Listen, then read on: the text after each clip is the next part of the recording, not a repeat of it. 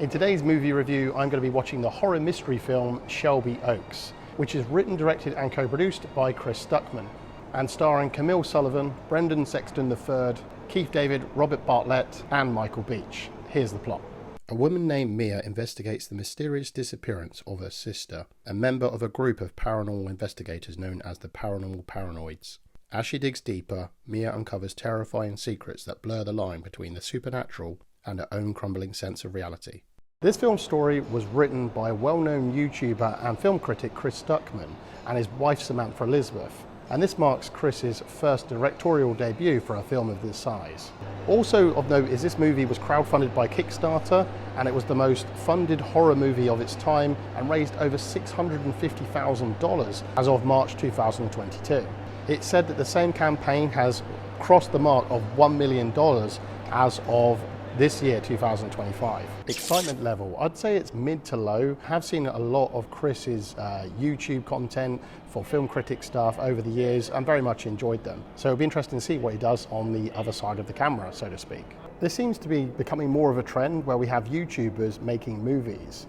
There was a YouTuber by the name of the Angry Video Game Nerd who had an excellent channel, and then he went on to make his own movie, which I believe was crowdfunded as well. And unfortunately, I did watch it and it really was quite terrible, which was a real shame. So let's hope tonight's film is a good one. Now, it is a found footage movie, and that means I'm actually more excited about it. I haven't seen one of those for many, many years. I remember around the time that they just kept coming out on, it felt like on the weekly, and there just kept being so many of them kept coming out in the cinema to the point where even I was getting fed up of it.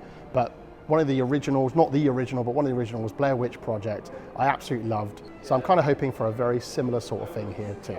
I know I say this every single time, so I do apologise if I sound like a broken record. But if you are enjoying the videos, do press like and subscribe. It really does help the channel grow. So now I'm just about to go in and watch the movie, and I'll let you know my thoughts right afterwards. So film is just finished, so now I'm going to go with the highlights and then the hang-ups, starting with the highlights. This is going to be another one of those cases where I have to look for the positives, even though I find it hard to find those positives. I've got a few things to say, but this is going to be largely a negative review, I'm afraid. The premise of the story was quite an interesting one, and I was kind of with the film at the beginning of it. A paranormal investigator, she goes missing, and it's her sister that is basically on the search for her. I say this a few times, but here it couldn't be more true in that this was actually a very well shot film. For its genre, how they light certain scenes, how they use of colours, how they use shadows, how they use all that to create the sense of scare was very, very well done. I mean, even though I assume this film would be considered low budget compared to a lot of other films, I think it did look low budget. There were a couple of scenes in the film I did quite like. There's one in the prison. It really does tap into those senses where, where you'd have a fear of something. You're just staring into a prison cell that's completely dark. You're hearing footsteps that sound like they're coming closer and closer, and it kind of really puts you on edge because you do nothing but stare back into that darkness. There were things like that all the way throughout the film that I really quite liked those parts of it. So as far as the horror vibe of it, it was certainly ticking those boxes. Hang-ups. I like the way this started, where it used the found footage stuff and it was showing you a lot of the background to do with this person being missing. But boy, did it overstay its welcome. I was really getting to a point where, like, okay, let's move on. Now let's go search for this lady, or let's find something else to sort of to hook our attention onto. But it belabored the point of saying this person's missing and there's all these weird sort of dark demonic forces going on at the same time. They'd established that, but they just kept going with it and going with it and going with it. And sometimes it really felt like it was beating you over the head. And I would say the same point for the rest of the story and the film. It really felt like you could almost see the writing on the page out in front of you, almost like trying way too hard to make its point of what it was trying to say at that point in the movie.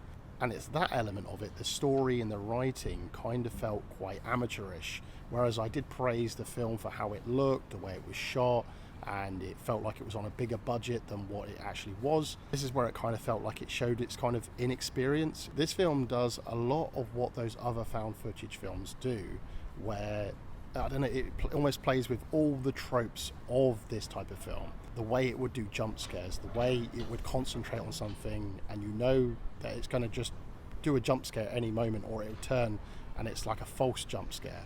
Basically, the main point of what I'm trying to say is everything you've ever seen in a found footage film can be found in this movie. As far as the performances in this film, this is another area where I kind of thought it was quite amateurish, because the main lead, the person who's looking for her sister, I never really believed that she was actually ever looking for her sister.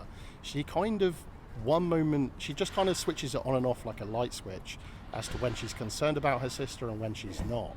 She would interact with certain characters and be quite jolly and quite joyful and almost like that she hasn't got a care in the world, and then the next minute she's screaming at the top of her lungs that, like, where is my sister? It was quite jarring how one minute she was like really quite concerned and the next minute she wasn't. Even at the very beginning of the film, where we see the sister before she goes missing, we see like some footage. This is the last known footage of her. She's reacting to something that's going on in the background, and I never really believed that she was actually scared. And sometimes you can just tell, you just get that feeling like someone's acting a part rather than actually being that part, and you believing that they're in the situation that they're supposed to be in. I got to apologise for the loud noises you can hear around. It's terrible. It wasn't a very big cast, but from what I got from the performances, especially from the main lead, it wasn't for me. I really just didn't buy her as a character, or crikey, could they make any more noise over there? It's late at night and the businesses around here are sort of packing their chairs away, and that's what all that noise is. Final rating. I said from the off that I was actually down for watching a found footage film, because I've quite liked quite a number of them in the past, but this just seemed to just sort of recycle like a best of collection hits of everything you've ever seen in a found footage film. The performances in it were generally quite bad, I found. The story there wasn't much to it. I mean, to be honest, with a found footage film, there wouldn't be a lot to it, I suppose, anyway. But the script really kind of let this film down, unfortunately, for me. So that is why I'm giving Shelby Oaks just a 1 star. And that 1 star mainly comes down to the cinematography and the way the film was shot and the scares it would produce. Have you seen Shelby Oaks? If you have, let me know in the comments below. Did you like this or did you not like this film? If you're liking the content and like to watch videos where you hear a lot of noise in the background, do press like and subscribe. You can check out my other playlists, which include movie reviews, movie rankings, movie locations, and movie attractions. I want to thank you again for watching, and until next time, I'll see you at the movies.